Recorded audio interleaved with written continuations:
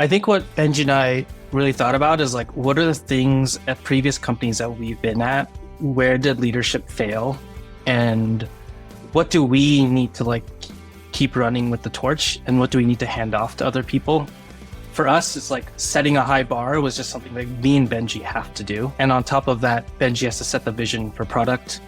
So I think this goes back to like, what are you trying to accomplish with your company? Like, what is the strategy to be successful? For us, it's execution. Hi, I'm Matt Tate, founder of Decimal and host of After the First Million podcast. And like you, I've taken the leap, not just to start a business, but to scale and grow it. I've hustled from zero to that first million, and now I'm building for the next 50. I know firsthand what the messy middle looks like.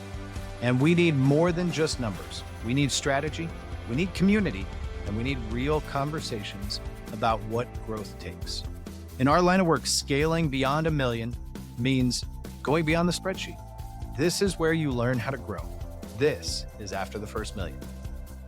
All right, welcome to today's episode of After the First Million. I am excited to introduce everybody and to have a conversation with Abhik from Ashby.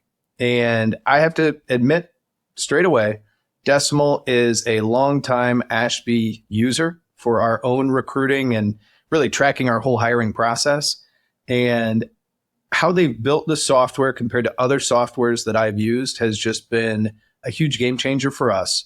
But Abhik's story is really cool. And in fact, I was just laughing with him right before this, that our prep right before the call, I should have totally recorded, because we really dove into some really cool stuff about running a business and thinking through things in entrepreneurship. And so before we get started, Abhik, welcome to After the First Million. I really appreciate you joining. Thank you for having me, Matt. So one of the things that I always think about is, and this is not my first company, those of us that start businesses have to be a little crazy. When did you realize you were one of the crazy ones? I would say pretty early out of college. I think college was kind of my place to kind of figure out what I wanted to do. I always loved arts and CS before college. College was kind of my way to like figure out how do I meld the two. And then I went into visual effects straight out of college. That was like my lifelong dream of like, I wanted to work in movies and film. And I got my shots, and I was working at Industrial Light and Magic at the time. What was really interesting was about a year and 8 months in, if I remember correctly, I really wanted to build an app because I was playing like flag football, and I wanted to build an app to like find other people to play flag football with. And this was like a crazy idea. Like I had my dream job, and then all of a sudden I felt like I had to leave to build this idea. And I remember I was like talking to my parents, and they were like, this is what you've been like dreaming of your entire life, is to work in film, and you get it and you just want to quit to go do your own thing. And I think at that point I realized like I really wanted to like build something big and massive and touch millions of people and like do that my way versus, joining something like Pixar or ILM. It's funny. I always joke that I'm a terrible employee. And I wonder if part of that too is just I like having the freedom to dive in and to pull on the thread of curiosity. And it sounds like that's part of your journey too. Maybe not the terrible employee part. I'm a terrible employee. If Tracy and Ralph from PlanGrid are listening to this, like I knew them very well at PlanGrid, and I think I definitely got on their nerves quite a bit. Like even when I joined other companies, I don't know about you, but like I was very passionate about their mission. Yeah. And like I almost put it on myself. I was like with PlanGrid, I was like, we're going to change the way construction uses software. And like I just lived and breathed it every day. I remember I worked as hard at PlanGrid as I work at Ashby today. But I think the problem there is like you're a terrible employee because you take on their worries and their concerns, when the reality is like you don't have the agency to like act against those. But then you go and act against those. And then they're like, what are you doing? This is not your domain. Like, stop. I think that totally makes sense. I mean, and that's the way I was. Like you take on the passion and like you dive into like, this is the mission of this company. We can do this. And this is how we should do it. And the minute you start thinking this is how we should do it, and it diverges from leadership's thoughts on this is how we should do it, but you do it anyway, kind of, Oh yeah. That's when that friction happens, and it's the beginning of the end for people like you and I. Oh yes. Funny story. I remember I was so passionate about like one direction we want to take the company. I wrote a thesis of like, here's where we need to take PlaneGrid. I regret writing that. I remember Kevin, who was now at Ashby, he was like, Abhik, you're going to be in the doghouse if you send this out. And I was like, I don't care. Like, I really want us to like be huge. And it was dumb. That's just like the mentality of not realizing, hey, like this is not your baby. It's someone else's. Like they are calling the shots. Well, it's funny. Then you have kids and somebody tells you how you should raise that kid, and you start to say, this is where I went wrong in sending that thesis, or for in my case, in doing other things, where you're like, okay, you start to have empathy for the people that you maybe weren't great at working for. Oh, absolutely. I mean, now that, Benji and I are at Ashby and like we're like living and breathing this for like 6 years, you kind of look back and you're like, I had a limited purview. Like it may have been enough to like have some intelligent ideas, but like in PlaneGrid's case, Tracy and Ralph like lived and breathed that for like several years before I was there. Like they knew the ins and outs of our customers more than, I did. And they had a head start. Like there was almost no way I could catch up to them because they were on the front lines. And so now that we start Ashby, like you kind of feel that because like you kind of have to gently tell people sometimes like, hey, I know you feel this way strongly, but there's like a series of things we have learned over time to get to this point. And we're not always right, but it is deliberate and methodical. We've thought deeply about this problem and come to this conclusion. Just because you're thinking deeply isn't a bad thing, but don't discount the fact that we have too. How did recruiting and Ashby become a passion project that is now an amazing company? So Benji and I worked at PlaneGrid together. This is my second company. It's Benji's first company. I was not looking to start another company. So after my first company, I shut it down. I realized I had just very naive in a lot of ways. I really wanted to work at growth companies to really understand once you find product market fit, what does that next phase look like, and learn a lot about the problems and like how to solve those problems and be able to experiment at that scale. You just can't do that when you're like at an early stage startup. But at some point, like you said, we're crazy. And so Benji came knocking. He was ready to start a company, and he had really went through the high growth phase at PlaneGrid and used all the recruiting tools. He cared deeply about hiring, and he was just like, the tools are not great. I wanted to do basic things, basic reports, and I couldn't do it. I had to do it in spreadsheets. There's something fundamentally broken about this. And so then when we looked at the market, we were like, there's a lot of customer pain. There's a big market, and people are not satisfied with their solutions. And then on top of it, they're compensating for all these like ancillary tools like scheduling, sourcing. This is a great place. And for Benji and I, we really believe that we are great executors. And so this is like an execution play. We have to build 10x better software, but we don't have to prove a market exists. When we're at PlaneGrid, you have to basically like prove that we could replace paper with software. Here, software already existed. We just had to build it 10x better. So all of that put together, plus Benji and I having a really good working relationship, like we challenged each other. It wasn't just we were friends, which we were outside of work, but we challenged each other at work. Putting it all together, seemed like a no-brainer. It just felt obvious at that point. And the rest is history. I think that's interesting. Like you, before Decimal, I had a failed startup. It was like restaurant marketing tech. It was a great idea, really bad business. It was one of those things that everybody conceptually is like, oh, this is cool. Like, I really like this. And then you get into it and you're like, can't really sell a lot of this. Raised a bunch of money, ended up shutting it down. And my wife looked at me and she goes, hey, for 2 years, that's all I care about, 2 years. Will you go get benefits? That's all I care about, 2 years. And she's a saint. She's a partner at a big law firm, and she used to work for the state and got way cooler jobs than I ever have. But she was like, I would just like you to be steady for 2 years. I lasted 13 months. 13 months? I did. And I'll never forget it because we started Decimal in January of 2020. I went to a large accounting firm and they brought me in to be an entrepreneur in residence. They just said, start a bunch of things, help us make a bunch of money. It was fun. Like, I had a blast.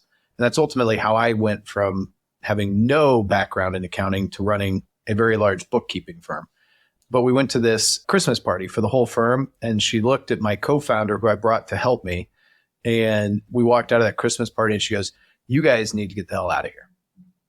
Like, whatever you're doing, like, build towards midsummer getting out. Like, you guys have to go. Like, this is not a good place for you. It'll never let you grow this where you want to grow it. And you're launching in effectively 2 weeks. Build your exit strategy." Pandemic hit. So that changed the whole thought process around everything. But it was kind of same as you. Like, I wasn't ready to start anything. And then all of a sudden, I'm crazy. And this good opportunity came. And I thought it was a nice, safe place to do it. And then I was like, no, it's better out. And it's been way better outside of it. But I think it's fascinating how many of us take a failure, and that failure makes us just that much better to then succeed in the next round. There's so much I learned in the process of starting my first company, but like, I think the other part of it was just like, it was so depressing shutting it down.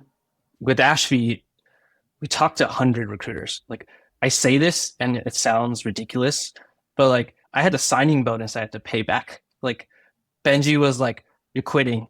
And I was like, "Dude, I have a signing bonus. Like, I have to pay that back if I leave." And he was like, "No." And I was like, "All right, well then I have to be damn sure that this is the right idea." So we talked to 100 recruiters, and like, that was what it took for me to get very convinced. Because like, if you talk to 2 or 3, it's like, does that make sense? Like, I want to talk to, mid-market companies, enterprise companies. And that's what it took. For you at Decimal, like, what did it take to like really make that crazy move? I'd run 3 companies before that. And I had major pain with my bookkeeping and bill pay and like just getting it done, going through vendors, hiring people. Like, it was a really painful process. And so I then started talking like you. Like, we talked about 100 small businesses and just people we knew or people knew. And we just networked our way around just asking questions. And we easily talked to 3X. Like, we'd validated the problem about 30 in. Like you, I'm like, I need to go further. Like, if I'm going to make this move, if I'm going to do this, I need to be 1,000% sure. And then we're in an accounting firm at the time, watching how they're doing it. And they're supposed to be the best. And we're just watching them do it. And we're like, this is terrible. We're like, you're the best. Like, oh my gosh, we can easily do 10X. And so it's like that 10X that you talked about. And so we validated the problem on both sides of the marketplace, the buyer and the purveyor of services. And we said, you know what? We can do this better. We can make more money and we can create better experiences. And ultimately, that's how we've built what we've done. And it's been fun. People always talk about luck. Like, there was a little bit of luck in our story as well, because Benji and I had been throwing around different ideas. Benji was very confident about recruiting, and a lot of credit to him for just like standing his ground over time. I was like, hey, I really want to work together. Now you've got me excited about starting a company, but like, recruiting, greenhouse lever have been around for a while. Like, why? And, I haven't lived and breathed the problem until we started Ashby. So I was like, maybe we do financial planning software. I think that was the other thing we had turned around, because we had a couple of friends in the finance team at PlanGrid, and their issue was like Modly. And like, I think you hear a lot of startups going after this, but like, fundamentally, we did talk to a bunch of people, but I met my wife at the time, right around the time that we started Ashby. And she's in finance at like a Fortune 15 company, and they're still using Excel. And she showed me and walked me through her models. And like, Benji and I were like, Excel's actually really good at this. Yes, we could like try to compete with it, but at the enterprise scale, like, Excel is just like a canvas to paint on, and you have enough people that can like do it in a way that like is very specific to the company. Like, the younger startups, they just kind of want a dumb tool to like model it, or they just want like an Excel templates that they get from, investors or from their incubator. I met my wife right at that time, and she was like, don't do this. Like, do not do this. You should do the recruiting idea. That's good advice. I mean, marrying her was probably a better move, but like, it sounds like it worked out well in a lot of areas. Yes. I mean, Benji was always 100% in recruiting, but like, Benji also had to convince me. I was a bit skeptical, but again, that was naivete on my part. I just didn't know any better because I hadn't done recruiting at the time. luck plays such a key role. And I don't know about you, both of us kind of started around the pandemic. And for me, that meant that my business went to zero overnight, like literally 6 weeks after we started. But then all of a sudden it just took off. And then the world, businesses that were working towards being better at being fully remote and digitally capable and on the cloud and all the terms that you kind of hear, were forced to do it and found how much easier it was. And I wonder if part of that, like being in this kind of post-pandemic world, has also benefited you guys as people are using software in different ways and thinking about their recruiting and thinking about their back office, and they've changed perspectives and it broke them out of the way that we always do it mentality. Yeah, I wouldn't say it's the pandemic. I would say there's luck in the swings of the macroeconomic factors that we've seen over time that have really fueled us. A really good example of that was when the market crashed around 2022, 2023. So our goal is to build all-in-one recruiting software. That is a huge mandate. Like, we need to replace not only the legacy ATSs, but we need to replace all the scheduling tools, the sourcing tools. And these are themselves venture-backed companies. And we need to build all of this software, and we need to like convince people that the sum of all these parts is better than buying these individual pieces of software. Back in 2022, we had replaced the legacy ATS, but we were like missing a couple of features. And then for the scheduling and ancillary software, we were also like maybe 70% at most of best in class. But because recruiting budgets were shrinking, people were like, I just can't, like, I have to compromise somewhere. And so this kind of downswing in the economy and the lowering of budgets helped us because we could sell Ashby as an all-in-one, and people knew they were compromising at the time, but they just kind of had to. They're like, I either just get my legacy ATS and like not these great tools, or I get Ashby, I get, a certain percentage of these great tools, and it kind of all works together. And so people could take bets on us, and then, the rest was on us. We had to take that luck and run with it. We had to actually build 100% of best in class in these other areas. And we did. We're barreling towards that today.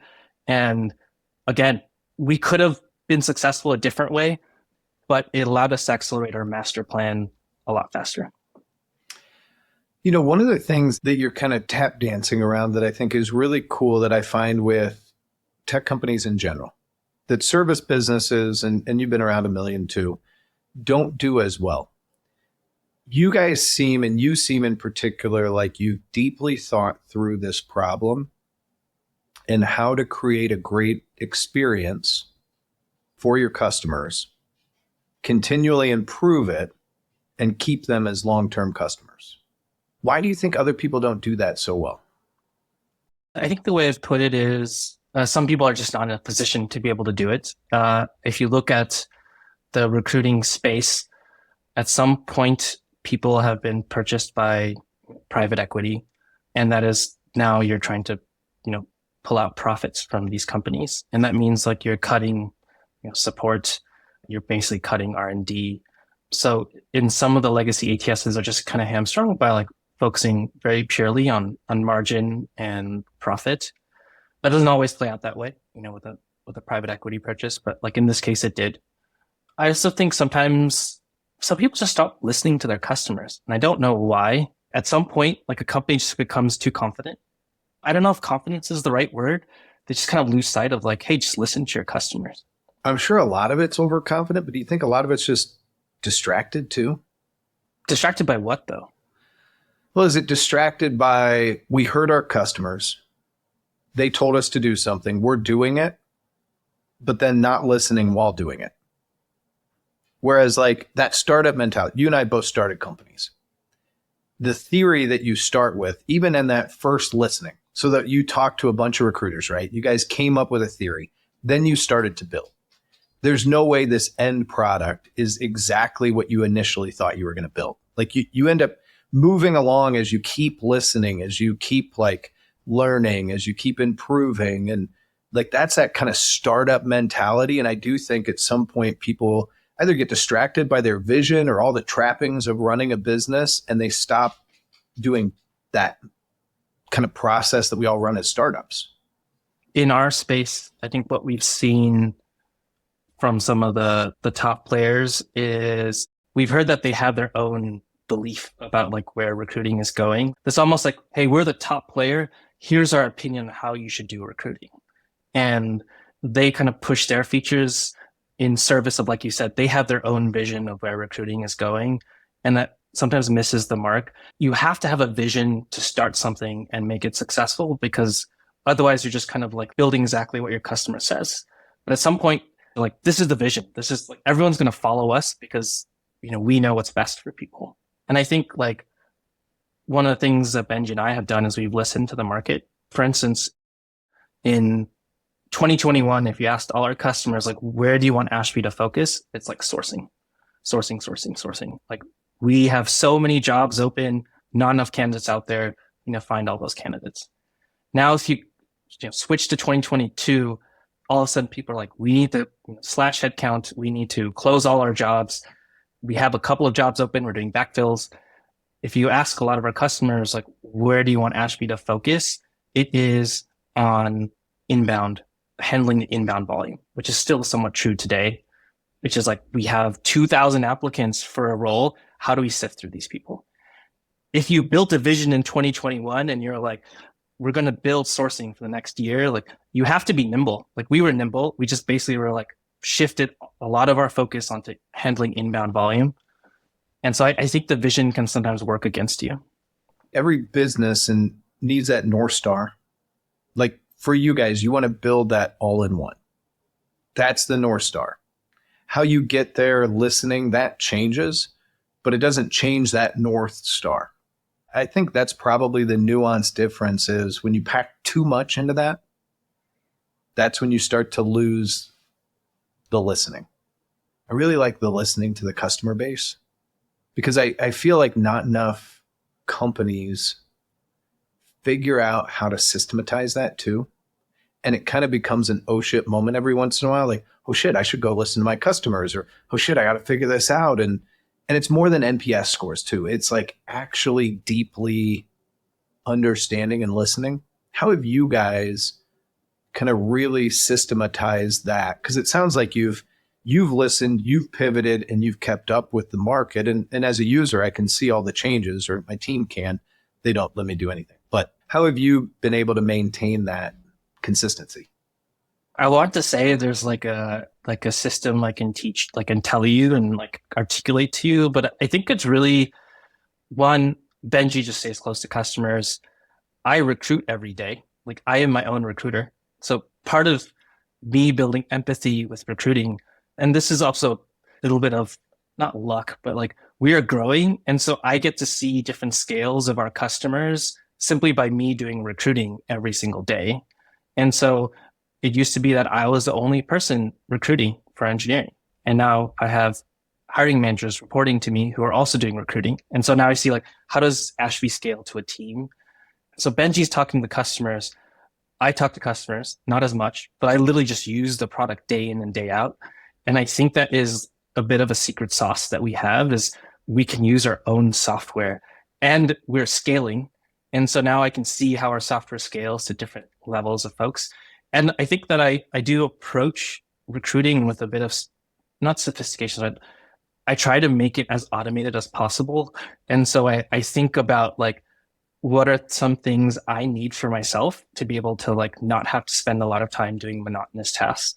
And then those will be ideas that Benji and I come up with, and then we like kind of ship it to our customers. But sometimes we're able to anticipate some of our enterprise customers' needs because we ourselves are trying to build a very sophisticated recruiting process. And then we end up just thinking of features, and our customers are like, we have this problem. And we're like, oh yeah, we were thinking about this. Here's conditional activities, for instance. Like, that's like an example of something we were thinking about. And then, one of our customers, who's 8,000 people e-commerce company, it was just like, we have this problem. We're like, yep, we have this problem too. We have an idea for it. One of the things that I've been thinking a lot about lately is really creating true partnerships between tech companies and customers. And in my case, it's accounting firms or bookkeeping firms and the companies that actually provide the technology. Because you come from a space in recruiting with a lot of legacy software. Accounting, QuickBooks is the legacy software. It owns the largest market share of any other tech company. I mean, it's insane. But what it's done in my industry is created this more of a vendor user perspective where it's not actually a true partnership. But then you're seeing this next generation of tech companies come in and say, hey, we actually want to build for you. We want to create a relationship where we're working together versus, you just using and us maybe sort of listening, but really doing what we want. And it's creating these new opportunities and growth and creating a different sense of community within the industry that I think is really, really cool. And it sounds like you all have really kind of built towards that as well. Benji and I really wanted to build a great customer success team, and something we've invested in quite a bit, customer success support. People we brought on those teams are fantastic. They feel the pain of the customer and they're able to articulate that back to us. It's almost like their profile is almost very sensitive to the needs of other people. And we've hired a great team on that front. And that's something that you hear from our customers is Beth is fantastic. I love working with Beth. They know them on a first name basis. They just talk about them all the time. And it's almost like they're almost as front and center as the product itself. But that creates a true partnership. Again, we're not just building what people tell us, but the customer success team is able to really bring back a lot of the problems. They work with the product team to kind of talk about hey, how do we message this back to the customer? Are we going to solve this problem? If not, why? And have come back to the customer with we're going to build this. It's coming soon. There's just a lot of collaboration within our company to make sure that when we do communicate back to our customers, it feels like a relationship as opposed to us saying no, yes, no, yes, no, no, no, which I think is what most companies do, is just say no, say yes, rather than actually articulate the why behind it and our motivations. We're transitioning 250 clients onto Puzzle, a brand new AI native ledger and competitor to QuickBooks. Still have 600 clients on QuickBooks, so it's not like it's going anywhere anytime soon. But over the last week, we've been working with them and doing a back and forth on blog posts and press releases and kind of all the stuff that goes with it. And we've been asynchronously working.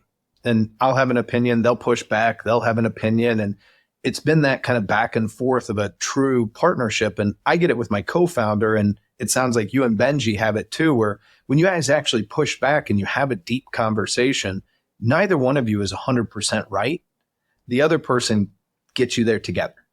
And that to me is what you're talking about in your customer success team and listening is the customer has an idea of what they need, but sometimes they're not great at really articulating the underlying thing that they truly need.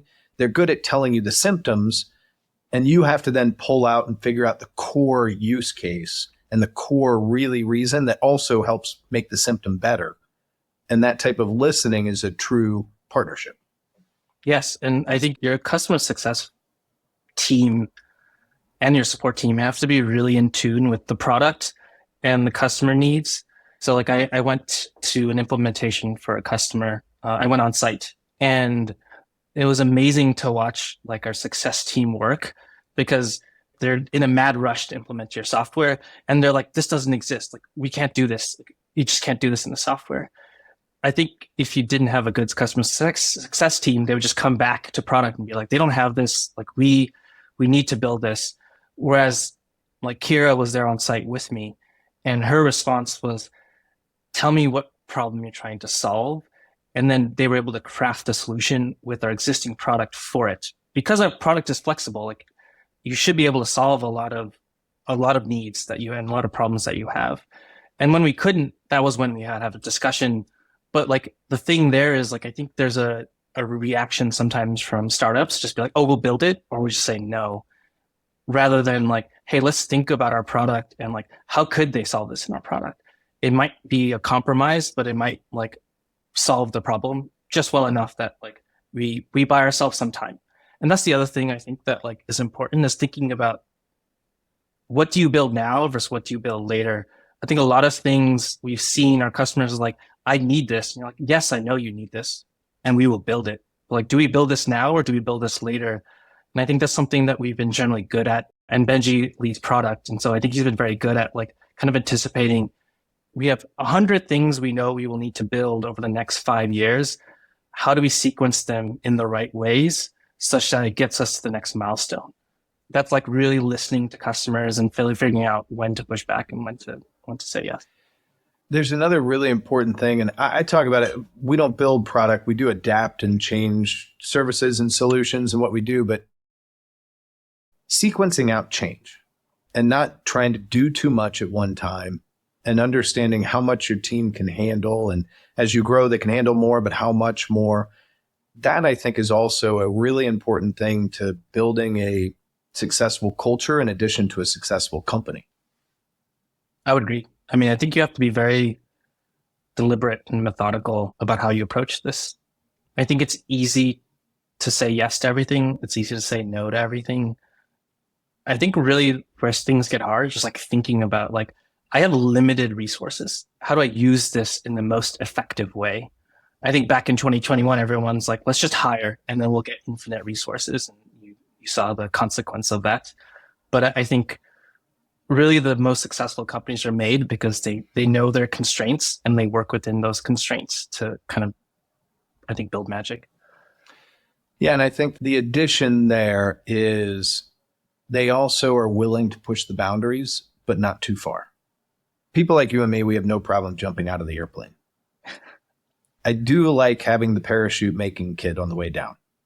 Those are kind of the important things. I see a lot of people start companies and it's like, you really don't know what you're getting yourself into. You have the kernel of an idea, like, this is great. It's awesome. You need a little bit more here. You need to really figure this out. And then as a team scales, you become astronomically more complex. And then you're dealing with more people. One of the things I'm interested in as we've grown, and I'm interested if it's similar with you all, I've learned very quickly where my deficiencies are too. And having to hire people that are better at me in a lot of different areas. And I found that to be a really big key, but also like, it was something I did very poorly at my first company and have gotten way, way better at in this one is just being like, I really suck at this. I need to hire this person, or I need to hire for this function, and they need to be way better than me. How have you guys kind of filled out and grown as yourselves as co-founders, but then how has that allowed the business to grow and affected your hiring? I think what Benji and I really thought about is like, what are the things at previous companies that we've been at? Like, where did leadership fail? And what do we need to keep running with the torch? And what do we need to hand off to other people? And like, for us, it's like setting a high bar was just something that me and Benji have to do. And on top of that, Benji has to set the vision for product. So I think this goes back to like, what are you trying to accomplish with your company? Like, what is the strategy to be successful? For us, it's execution. And so when I thought about as Ashby grew, where do I need to put myself to, one, like really be opinionated in a way that benefits the company, and something that like I feel like I am somewhat qualified to do. I just think when you start a company, you're not really qualified to do a lot of things at like the scale we're at today. And to me, it was like, I have worked with great engineering teams early in my career, and I want to build a fantastic engineering team because as a company that's really about building 10x software, our engineering team is one of the foundational pieces to doing that. We need to move fast. We need a ton of ownership. We need people who are just excellent at thinking abstractions. Then when I looked back at my previous companies, it was like, not all of these engineering teams are well run. Like, and also I felt bored as an engineer. Like there was this process, and I was like, these are things that if I can innovate in quotes, like if I can just be different in this area, like that gives us a competitive edge as we grow. And so that's where I decided to place myself. And then the other ancillary areas, like we just need to hire people who, like you said, know this better than us and who are going to be able to like help us like think about this problem in ways that like leverage their experience and also their kind of like different perspectives. That's the way I think about it. I think that's awesome. How have you thought about yourself as you scale? I got lucky when we started to really scale. I realized that I was quickly coming up on stuff I'd never done and sizes of companies and complexities that I'd never led before. I hired a great coach, and he's really helped me to hold a mirror up to where my deficiencies are and to do it ahead of time. Because, I mean, I'm sure you kind of see this when you're scaling. Sometimes the nature of your job changes every 2 to 3 months, like astronomically changes. Like most businesses that grow, like maybe they have one massive change a year or every 2 years. But like when you're scaling as quickly as we have and you have, like sometimes it's like every 3 months and you're like, man, I got a totally different job right now. And so having a coach really helped me. But what I've ultimately learned is like, I do good on kind of the vision side, and I'm a really good relationship person. I'm a terrible execution guy. I'm just not good at it. My joke is I'm really good at convincing people to jump off a bridge. I can't get them to line up to do it. And so hiring a COO was a big thing for me, where it's like, hey, I need somebody to run this business, like day to day, like run the company, run sales, run operations. Like I need somebody that can do that better than me because I'm just not good. I'm good on the very high level, and I'm really good on the down, like tactical low level. And I'm a good like conversationalist and help here, but I'm not good at running those types of teams for a long period of time. And that's been a big learning for me. I was gonna say I'm the opposite. I'm very much execution. I don't know if I'm visionary. I just love building great software and like figuring out all the nuts and bolts to like make that great. So yeah, it's interesting. But I was gonna say like executive hiring seems like a very important facet of this, which is like hiring great execs, and that's something I think we've done very well. Benji hired all of them, but I think we've done really well on. That becomes kind of the first like tough point when, you start out and it's you and your co-founder and you guys are making all the decisions. And then at some point that room grows and you're like, now it's all of us making a decision. And maybe I think once a year, maybe once every 2 years, we run into a decision that it's locked and I got to make it. CEO, I have to be the one that puts my thumb on the scale. But that also was a tough thing to say, like, hey, we now have a leadership room. We all have an equal vote. Mine may be 2 when I need it to be 2. But like that was also kind of a just dynamic change. And it changed the dynamics with my co-founder a little bit too. And it was just like, time to grow up as a business. It's an interesting transition. I've seen this happen at previous companies where we brought in executives and it felt different. I think for us, it didn't feel that. There's this moment that's been seared in my mind. I was talking with another founder and they were like, do you hate your VP of sales yet? And I was like, what? Like, why would you ask this question?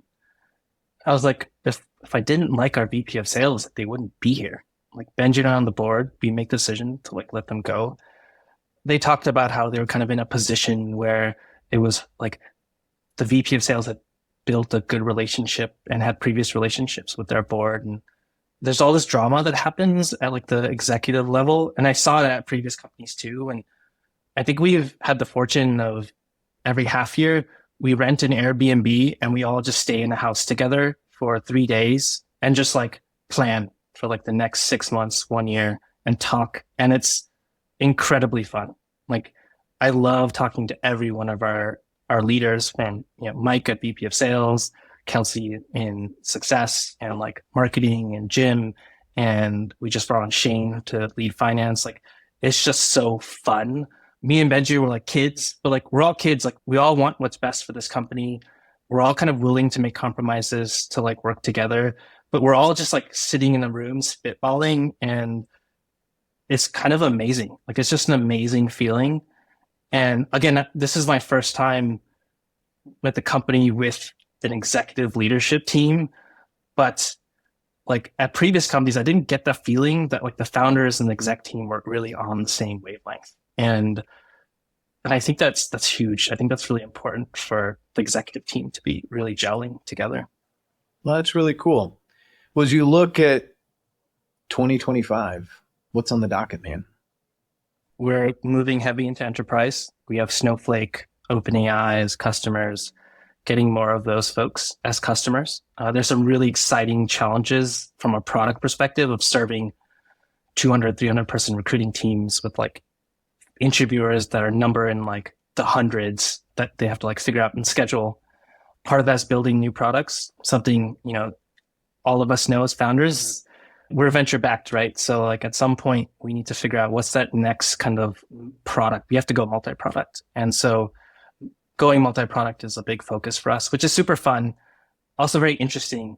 It's an interesting challenge. Like how do you build a brand new product inside your company? And that's going to be fun. And just like figuring out how to do that is going to be interesting. And then just making a product better. There's like so much exciting technology coming out. AI, that's the hot buzzword today. I was using Cursor the other day to code, and I was just like, this is amazing. It's not going to replace me as an engineer. It's not going to replace our engineering team. But like, it's very clear that AI is going to make people better if you learn how to use it just like any other tool. And I think that's the same for recruiting. AI is not going to replace recruiters. What it is going to make them better. It's going to remove a lot of the monotony out of their day. And I'm really excited to explore that in this space. Well, I think that's really cool. You guys are building a great product, and I like how you're building a great company too. I used to think like the products and services that we were putting out there was the baby. We all think of our company as a baby. It's our kid. Yeah. It's really the whole like culture. It's the team. It's that I feel more adherence to. I mean, I like both. Those feelings you get working with them to push forward to something really cool. That's what I think is truly awesome. If you think about it, right, like when you're 5 people, the things I produce make a material impact in the way the company kind of moves forward. At our scale now, 150 plus people, like coding is not going to move the needle for Ashby. And it's really about like figuring out how to design a culture where like, yes, an engineer can build something and it moves the needle because they're in a culture that allows them to move that needle versus be a cog in a wheel. And that just to me is so exciting. Like I want to build a company where I myself could just like be an IC and like have a ton of fun. If it kind of wind it back to our earlier conversation, it's like, I was like a rebel at every startup I was at.